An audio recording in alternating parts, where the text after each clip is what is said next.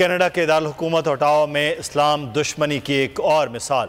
मुसलमान नौजवान को रेलवे स्टेशन पर नमाज पढ़ने से रोक दिया गया।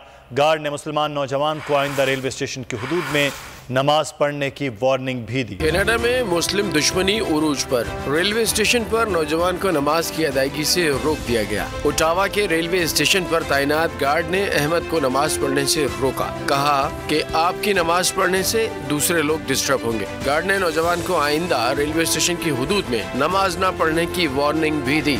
नमाज पढ़ने से रोकने की वीडियो सोशल मीडिया पर वायरल है। मुसलमान नौजवान रेलवे स्टेशन के एक खाली हॉल में नमाज अदा कर रहा था। रेलवे स्टेशन इंतजामिया ने मुसलमान कम्युनिटी से माफी मांगते हुए गार्ड को मुअत्तल कर दिया। तो नजर आ रहा है सामने लिखा हुआ है जुल्म मिटने के लिए।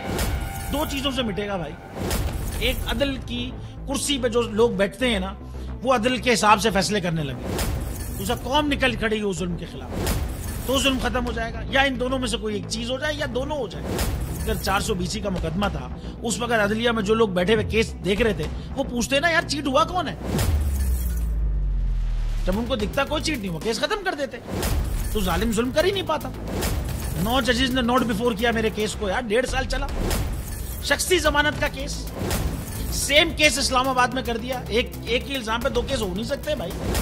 मतलब 60 दिन का वक्त होता है। 102 दिन के बाद मैं जीत गया, केस बरी हो गया। 102 दिन के बाद अपील फाइल की, एक्सेप्ट कर ली। नहीं करते ना एक्सेप्ट, खत्म हो जाता ना जुल्म यार।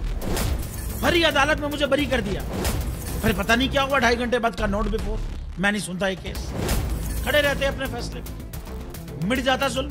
अल्लाह ताला ने बिठाया इन कुर्सियों पे इनको यार, ये अल्लाह ताला की तरफ से फैसले करने हैं। तो या तो ये फैसले आएंगे, जुल्म मिट जाएगा, या कौम खड़ी हो जाएगी जुल्म के खिलाफ।